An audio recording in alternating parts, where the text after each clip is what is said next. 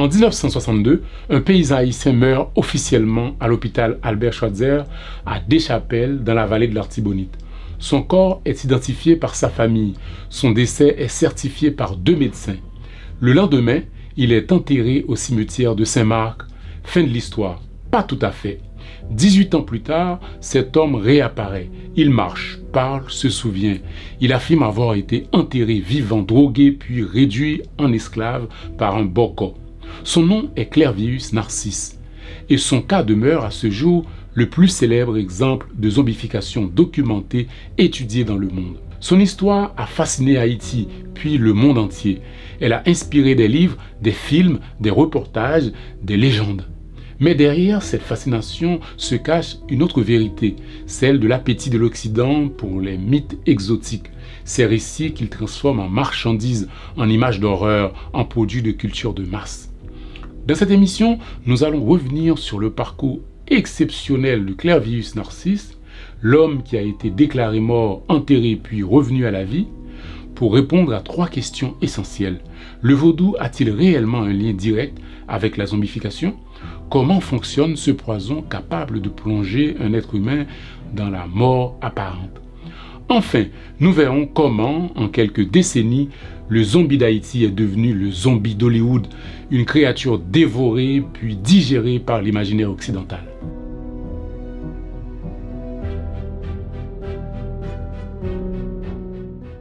En 1962, Clervius Narcisse, un homme de 43 ans, est amené à l'hôpital Albert Schweitzer à Deschapelles, dans la vallée de l'Artibonite.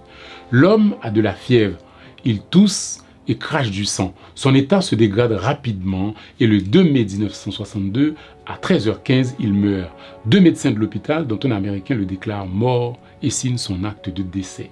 Clervius Narcisse était un paysan originaire de l'Esther. Après sa mort, son corps est identifié par ses 2 sœurs, Angelina et Marie-Claire Narcisse. La dépouille est remise à la famille et le lendemain, soit le 3 mai 1962, il est enterré au cimetière de Saint-Marc. L'histoire aurait pu s'arrêter là, je l'ai dit tout à l'heure, mais 18 ans après, en février 1980, un homme se présente au marché de l'Esther et s'adresse à Angelina, la sœur de Narcisse. Cet homme prétend être Clervius Narcisse. Il raconte qu'il a été zombifié par son propre frère à cause d'un conflit lié au partage des terres. Il aurait été victime d'un coup de poudre.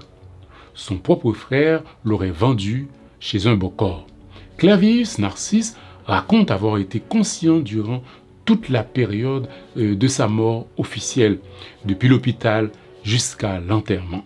Il explique qu'il entendait les pleurs et les conversations autour de lui, qu'il voyait et ressentait, mais qu'il était incapable de bouger ou de parler. Pendant la veillée funèbre et l'enterrement, il entendait les voix de ses proches.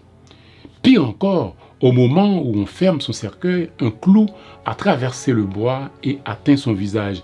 Il portait encore la cicatrice. Toujours selon Narcisse, le soir de son enterrement, des hommes sont venus le déterrer, l'ont ligoté, battu et amené dans une ferme où ils étaient une centaine de zombies à travailler comme esclaves. Cela a duré 2 ans jusqu'au jour où il a pu s'échapper après que l'un des zombies de la plantation a tué le bokor. Celui-ci a ramené le repas des zombies un peu en retard et un des zombies furieux a attrapé une pioche et asséné le bokor qui est mort sur le coup. Après cet épisode, le gouvernement de Duvalier, qui était apparemment au courant de la situation, a fait venir un camion qui a conduit les zombies dans un asile psychiatrique où Clervius est resté très brièvement. Après cela, il a erré pendant 16 ans dans la région, vivant dans la rue et dans les champs, attendant la mort de son frère pour réapparaître, car il redoutait ce frère qui l'aurait fait subir ce châtiment. L'histoire de Clervius Narcisse a été très suivie par la presse haïtienne de l'époque qui a rapporté les moindres détails de l'affaire. Et cela a attiré l'attention d'un psychiatre haïtien du nom de Lamarck Douillon. Celui-ci va s'occuper de l'affaire. Le psychiatre s'assure d'abord que l'homme n'était pas fou. Il vérifie son histoire en lui posant des questions précises sur son enfance et sa famille. Clervius Narcisse a répondu correctement aux questions du docteur Douillon. Il donne des détails sur son enfance que seuls ses frères et sœurs pouvaient connaître. Il situe avec précision chaque détail de la maison où il a grandi avec sa famille. Et puis, quand il s'est présenté à sa sœur au marché de l'Esther, il l'a appelée par un surnom que seule la fratrie et les intimes connaissaient. En plus de tout ça, plus de 200 habitants de son village à l'Esther confirment le reconnaître et qu'il s'agit bien de l'homme qui était mort et enterré en 1962.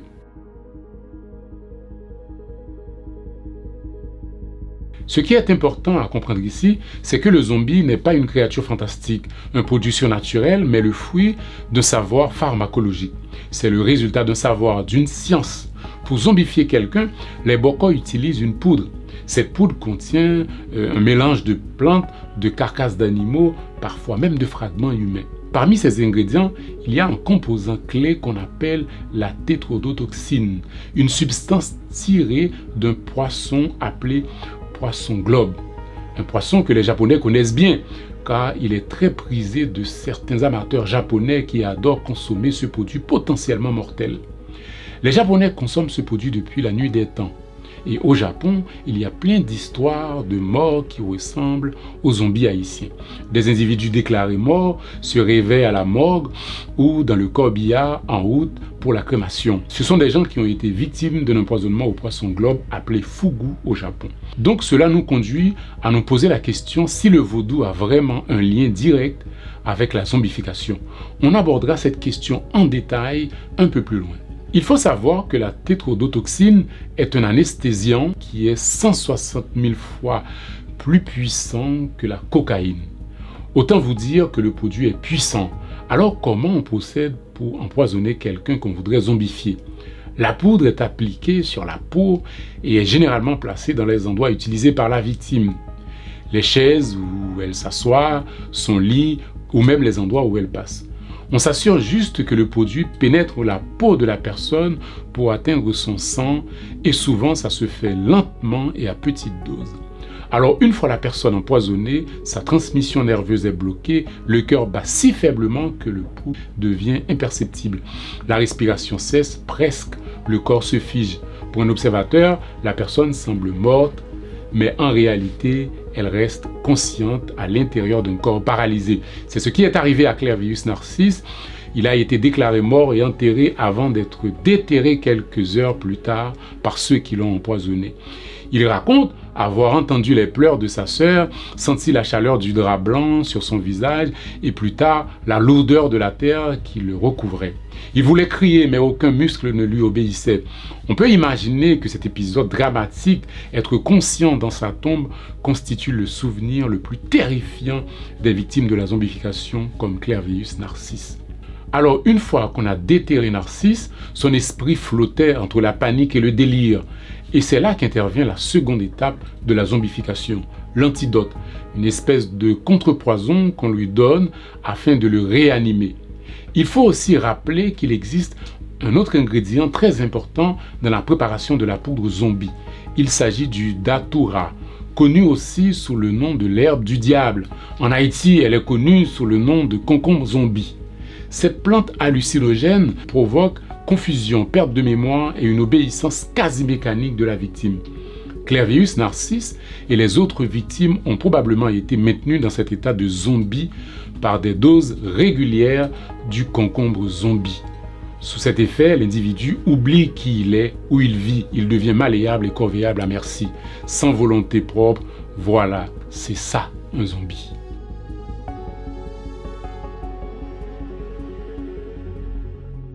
L'affaire Clervius Narcisse a fait grand bruit en Haïti et aussi dans le monde entier. D'ailleurs, c'est le cas de zombification le plus commenté et le plus étudié dans le monde à ce jour. L'affaire de Narcisse n'était pas unique à l'époque.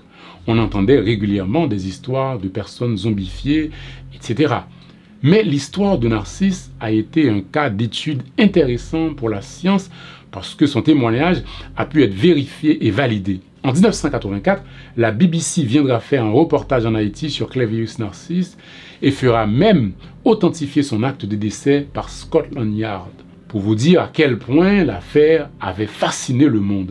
Le docteur haïtien Lamarck Douillon, qui étudiait le cas de Clervius Narcisse, n'avait aucune autre explication rationnelle si ce n'est qu'il s'agit là peut-être d'un poison, un produit capable de plonger quelqu'un dans un état de mort apparente. Et pour l'aider dans ses investigations, il fait appel à ses collègues américains de l'université Harvard qui ont décidé d'envoyer en Haïti un jeune chercheur canadien de 28 ans du nom de Watt Davis. Celui-ci débarque donc en Haïti en 1982, après plusieurs mois d'enquête où il a eu de nombreux entretiens avec Narcisse, il a rencontré plusieurs Bokor et participé à plusieurs cérémonies vaudou. Il a pu même obtenir la fameuse poudre zombie et l'a fait analyser dans un laboratoire de Harvard. En 1985, Watt Davis sort un livre titré The Serpent and the Rainbow, le serpent et l'arc-en-ciel, qui va connaître un immense succès. Le livre tente d'expliquer le phénomène de la zombification à partir du cas de Clervius Narcisse. Il montre que la zombification est la combinaison de plusieurs facteurs. Un poison naturel qui induit un état de mort apparente, puis un processus de domination psychologique et sociale. Il critique les clichés occidentaux sur le vaudou et les morts vivants, montrant que la réalité est beaucoup plus complexe et que la zombification a aussi une fonction sociale. Le travail de Watt Davis a été aussi critiqué. Plusieurs analyses de la poudre zombie fournie par Davis ont montré des quantités de tétrodotoxines insignifiantes, remettant en question l'idée qu'elle soit le principal ingrédient de la zombification. Certains critiques universitaires reprochent à l'ouvrage de mélanger des éléments de récits d'aventure et de journalisme avec des écrits scientifiques, ce qui compromettrait la crédibilité de la recherche. Mais malgré tout, le livre reste une référence en la matière et sa démarche originale de mélanger anthropologie, aventure et science était inédite. Watt Davis montre que le zombie haïtien n'est pas un monstre, contrairement aux clichés cinématographiques. C'est une personne qu'on a dépouillée de tout ce qui la reliait aux autres, son nom, sa mémoire, son âme.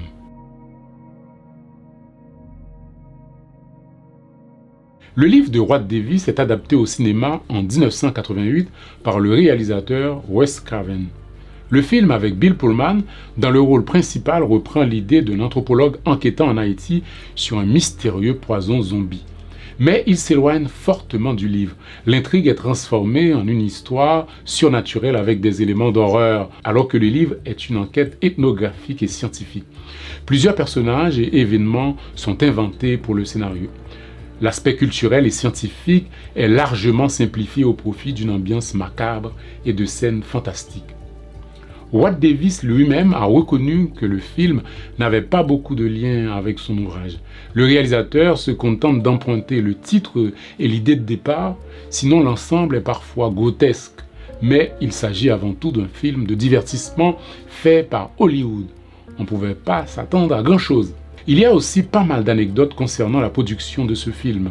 Le film a commencé à être tourné en Haïti, mais dès le 11e jour de tournage, la production a dû être interrompue. D'après l'équipe de tournage, les conditions sur place étaient devenues trop dangereuses, pas uniquement pour des raisons de sécurité, mais parce que le scénariste du film, Richard Maxwell, aurait été zombifié en Haïti par un Bokor. Ainsi, le tournage s'est déplacé en République dominicaine. En réalité, à son arrivée en Haïti, Maxwell a manifesté un intérêt pour le vaudou et voulait être initié. Mais après quelque temps, il est devenu paranoïaque et s'enferme dans sa chambre, affirmant qu'on voulait le tuer. Le réalisateur Wes Craven a paniqué et a conclu que son scénariste avait été zombifié. Il dit avoir eu peur que la même chose lui arrive. Quelle est la réalité de cette histoire ? Le scénariste n'a pas été zombifié. Il s'agit d'une crise de panique. Ils ont utilisé cette histoire à dormir debout pour faire de la promotion pour le film. Et cela a marché. Le film a eu un succès planétaire, mais a contribué à accumuler les clichés négatifs et les stéréotypes concernant Haïti et le vaudou.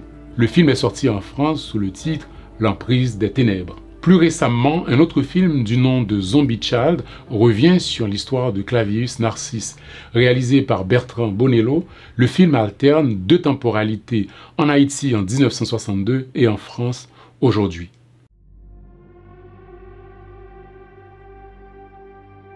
Dans l'imaginaire collectif, la zombification est indissociable du vaudou haïtien. On a souvent l'image du Bokor qui enlève l'âme de sa victime pour en faire un esclave docile. Pourtant, l'histoire montre que le phénomène tel qu'on le désigne aujourd'hui ne dépend pas nécessairement du vaudou. Il existe des cas de zombification ou d'états de mort apparente observés, décrits ou reproduits bien avant que le vaudou ne soit associé à ce concept. Dès le 19e siècle, voyageurs, médecins et journalistes rapportent des cas d'enterrement vivant ou de résurrection provoquée, souvent interprétés comme des démonstrations d'hypnotisme avec des plantes hallucinogènes. Un exemple frappant se déroule en 1906 en Jamaïque, près de Kingston. Selon le Jamaican Times d'octobre 1906, un professeur jamaïcain aurait drogué et inoptisé sa femme avant de l'enterrer pendant 6 jours. L'expérience menée en présence du maire et de plusieurs notables de la ville se voulait une expérience scientifique. Le jour fixé, la femme est déterrée vivante sous le regard d'une foule venue assister à ce qu'on appelait la résurrection. Cette scène, largement reprise dans la presse caribéenne et britannique de l'époque, illustre une idée fondamentale. La zombification n'est pas forcément un rituel occulte, mais un procédé pharmacologique capable de mettre l'individu dans un état où il est incapable de bouger alors que sa conscience reste intacte. Les enquêtes modernes, notamment celle de Watt Davis, qu'on vient de mentionner plus haut, confirment l'hypothèse d'un poison capable de provoquer un état de mort apparente. Respiration quasi absente, paralysie totale, pouls indétectables, etc. Administré à faible dose, ce poison ne tue pas. Il fige le corps. La victime peut être enterrée puis déterrée. L'ensemble du processus empoisonnement, réanimation, conditionnement relève avant tout d'une manipulation chimique et psychologique avant d'être un rituel spirituel. Je vais vous expliquer. Le lien entre le vaudou et la zombification n'est souvent qu'un habillage symbolique qui permet de renforcer la peur et la soumission. Quand on empoisonne quelqu'un en Haïti, par exemple, dans un contexte culturel où la population croit à la puissance des Bokor, cela devient une attaque surnaturelle. L'effet du poison s'appuie alors sur la croyance populaire, la victime persuadée d'avoir eu un coup de poudre, d'être vendue à un Bokor, pourrait plus facilement accepter sa condition. Le vaudou sert donc de couverture, il devient le langage, les symboles et la légitimité qui transforment un crime en acte rituel. C'est pourquoi les Bokor malveillants enveloppent souvent leur crime dans un habillage mystique. La superstition renforce leur emprise à la fois sur la victime et sur la société. Le droit haïtien reconnaît d'ailleurs explicitement la zombification sans toutefois la nommer comme un acte criminel. L'article 246 du Code pénal haïtien qualifie d'assassinat le fait d'employer contre une personne des substances qui peuvent produire un état léthargique plus ou moins prolongé. Le texte ne mentionne ni rituel ni croyance. Il parle de substances et d'actes matériels. Ainsi, la loi aborde la zombification non comme un phénomène surnaturel, mais comme un empoisonnement prémédité. La zombification, comme le décrit Watt Davis ou comme l'histoire l'atteste, c'est une science du crime mêlée à la peur collective, un savoir pharmacologique ancestral qui devient une arme sociale redoutable lorsqu'il utilise des symptômes du sacré. C'est pourquoi le zombie, loin d'être un monstre, incarne avant tout une victime, celle d'une manipulation où la superstition dissimule le poison et où la croyance justifie l'asservissement.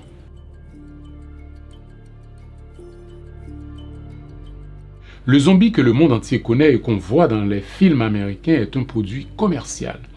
Travesti et vidé de son sens, ce zombie est devenu une icône du cinéma d'horreur et de la culture populaire occidentale. Le zombie haïtien peut être vu comme une métaphore de l'asservissement. En Haïti, quand on devient un zombie, on est privé de sa volonté, réduit à l'état d'objet. Une mort sociale qui prolonge la condition d'esclave. Dans une société née de la violence coloniale, l'image du zombie incarne la peur de redevenir esclave. Mais dès le 19e siècle, les voyageurs et écrivains européens qui découvrent Haïti, souvent animés par la curiosité exotique et les préjugés racistes, s'emparent du zombie pour en faire un spectacle de barbare tropical. Les Haïtiens ne sont plus des victimes, ils deviennent des monstres. Cette inversion du sens annonce déjà la récupération à venir. Le premier grand film de zombies, White Zombie, sorti en 1932, résume cette mutation. On y voit un planteur qui transforme une femme blanche en esclave par magie noire. Haïti est montré comme un territoire maudit, peuplé de cadavres ambulants en extase. À partir des années 1960, le cinéma américain efface définitivement Haïti de l'équation, surtout avec des films de George Romero et en particulier son film Night of the Living Dead.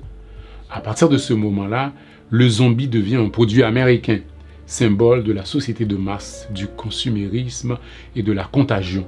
Le corps noir, l'histoire haïtienne disparaissent au profit d'un spectacle de chair et de sang.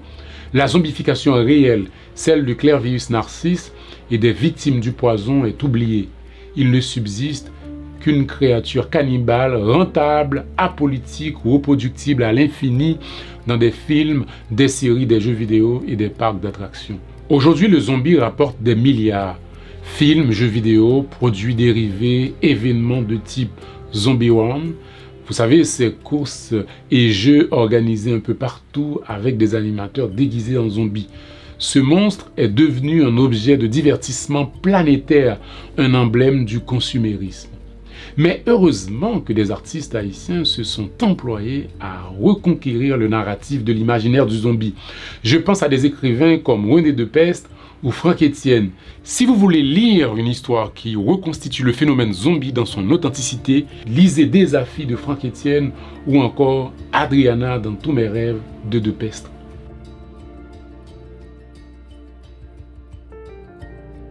Après cette histoire, Clervius Narcisse est devenu une célébrité malgré lui. Des journalistes du monde entier ont afflué en Haïti pour le rencontrer, le photographier, l'interroger. On le voit poser devant sa propre tombe, un sourire sur le visage, comme s'il assistait à sa propre légende.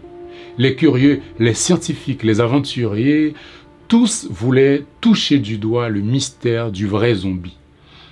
Il a voyagé à l'étranger, donné des conférences, raconté son histoire des centaines de fois, puis peu à peu, le silence est revenu. Clervius s'est remarié, s'est converti au protestantisme et a fini ses jours paisiblement, une Bible à la main, en 1994, à l'âge de 72 ans, ou 74 ans selon les versions. Sa vie aura traversé deux mondes, celui des morts et celui des vivants, celui du mythe et celui de la science. Mais plus encore, son histoire nous rappelle que le zombie haïtien n'est ni un monstre, ni un personnage de fiction. C'est un homme revenu de l'oubli, un corps rendu à sa conscience, une mémoire arrachée à l'exploitation et à la peur. Merci d'avoir suivi cette émission. Prenez soin de vous. À bientôt pour une prochaine page d'histoire. Au revoir.